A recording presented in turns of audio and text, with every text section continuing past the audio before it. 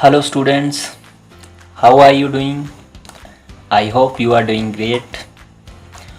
Today we will study topic secondary memory from Unit 1 Class 9th.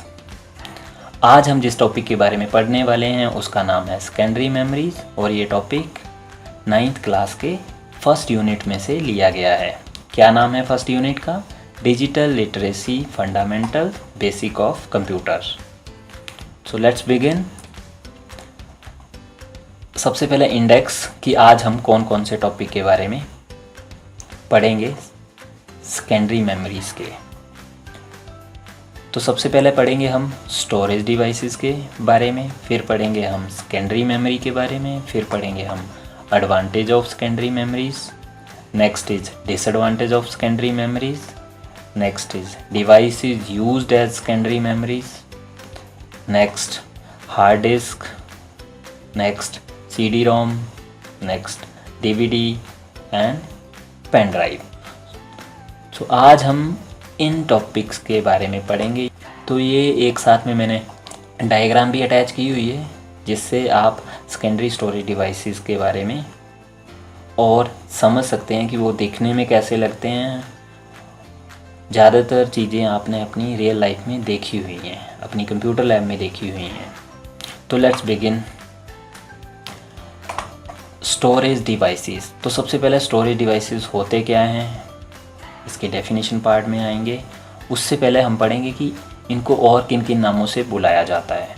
तो alternatively refer to as digital storage, storage media और storage medium.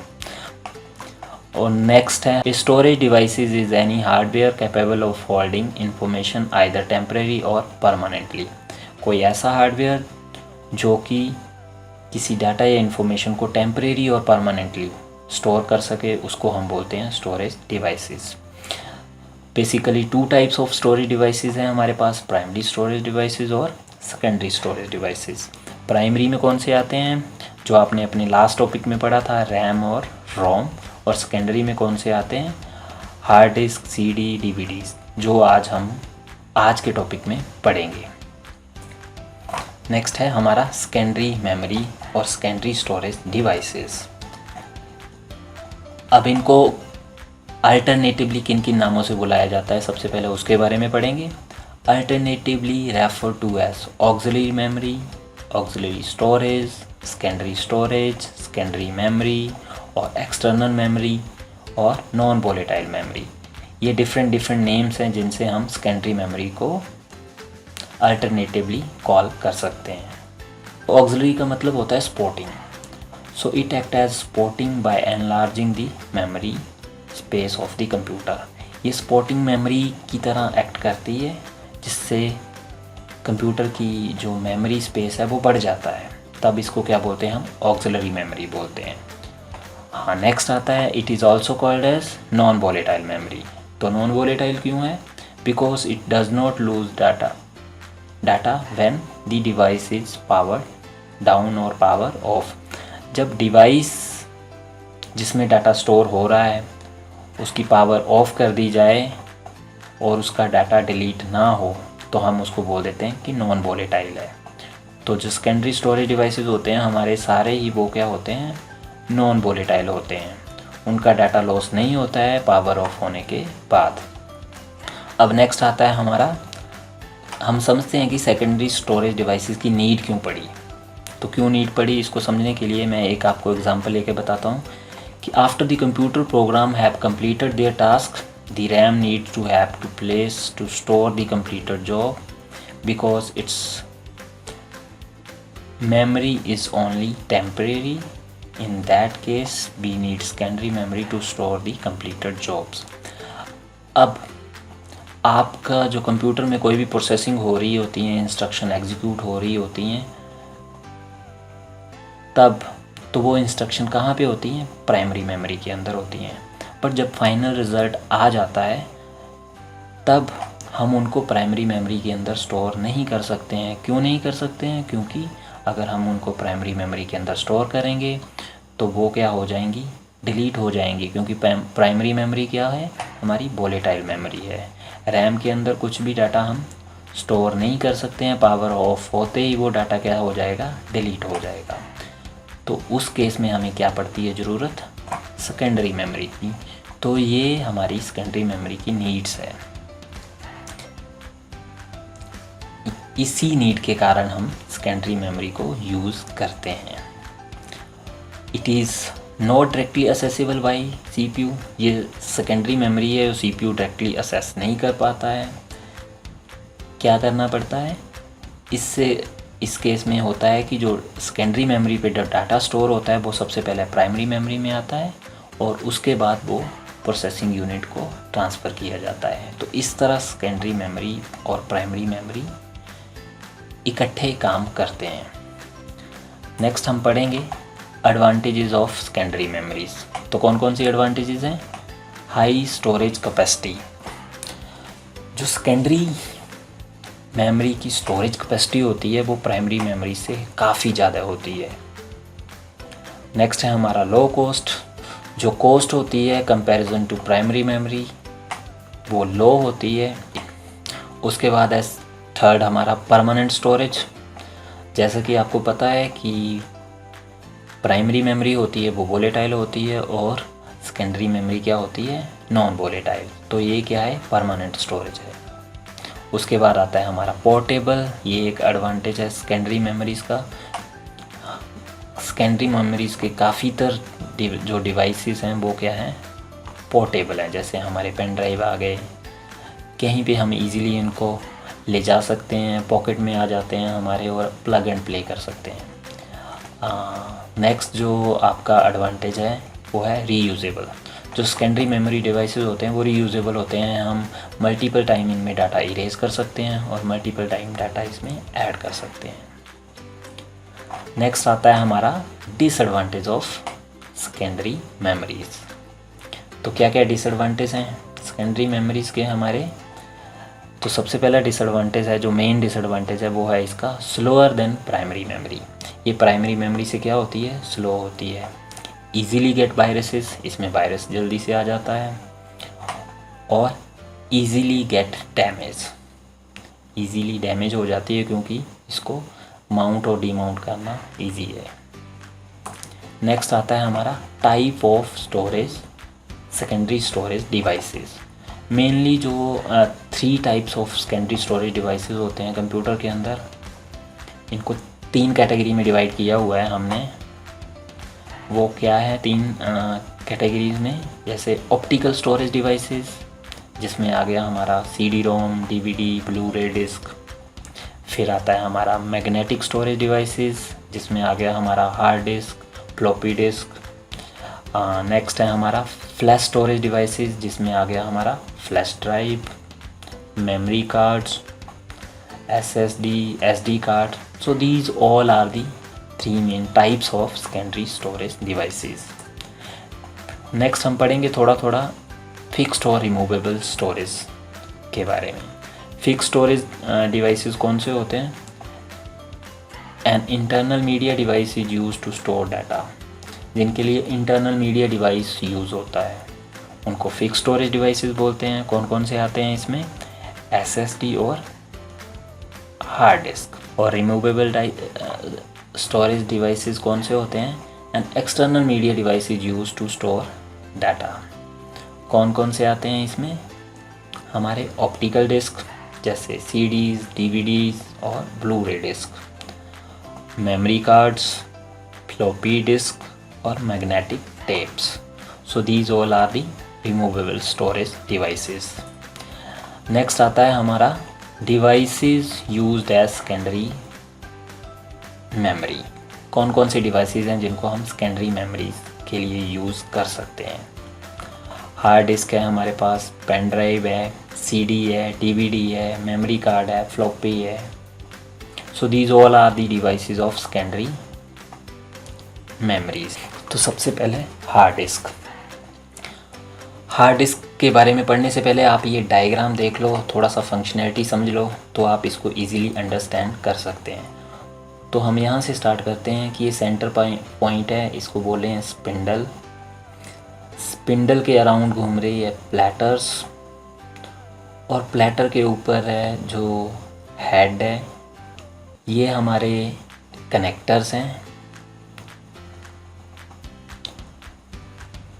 तो होता क्या है, tape घूमती है और हेड से प्लेटर्स के ऊपर डाटा रीड और राइट किया जाता है।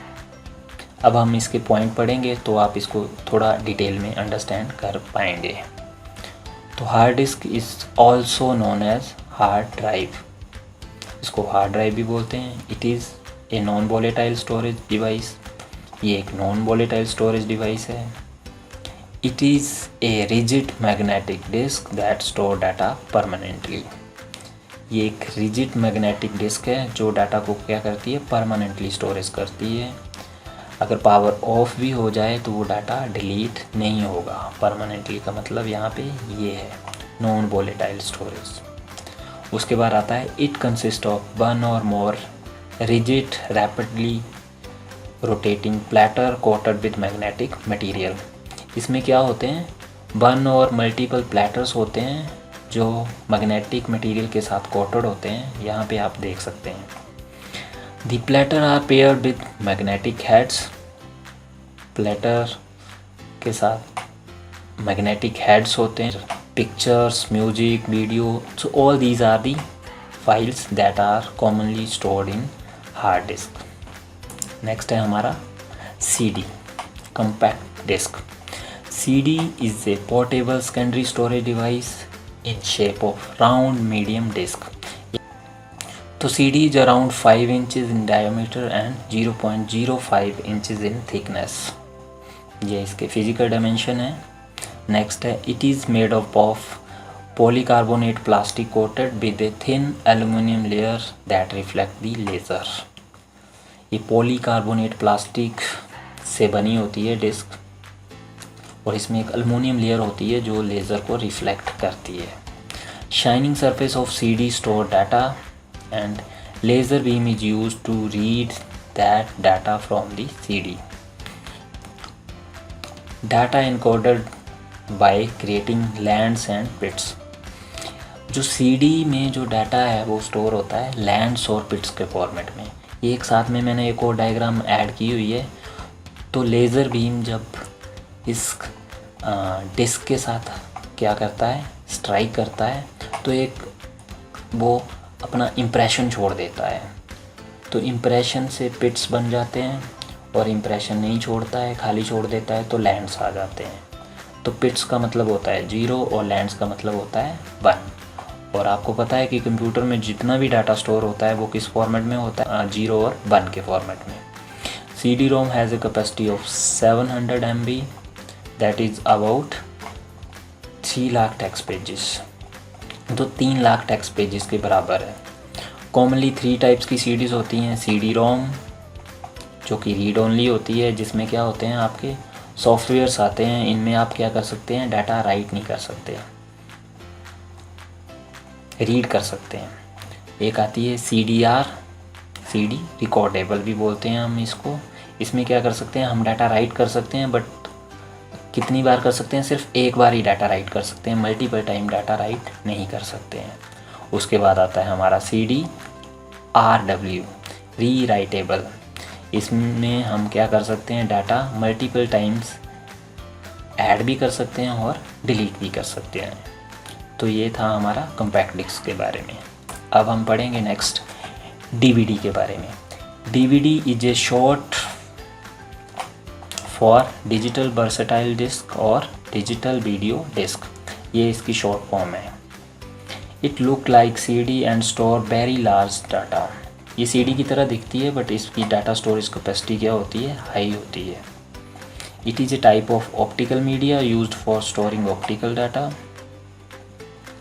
It can store up to 4.7 GB of data.